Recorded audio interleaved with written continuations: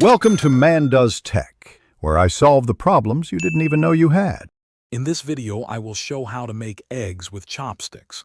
First, gather 2 to 3 large eggs in a small bowl.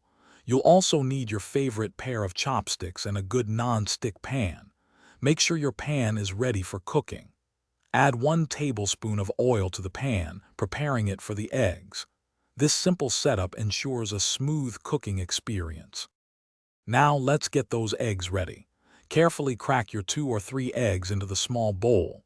Next, grab your chopsticks and begin whisking. Use a quick, circular motion to break up the yolks and whites. Continue whisking until the mixture is completely uniform and has a consistent, smooth texture. This step is crucial for evenly cooked eggs. With your eggs whisked, it's time to cook. Place your non-stick pan over medium-low heat. Once the oil is shimmering, pour the whisked eggs into the hot pan. As the edges begin to set, use your chopsticks to gently push and fold the eggs towards the center. You can scramble them or create delicate folds, depending on your preference. Keep moving them to ensure even cooking. Continue cooking until the eggs are just set but still wonderfully moist.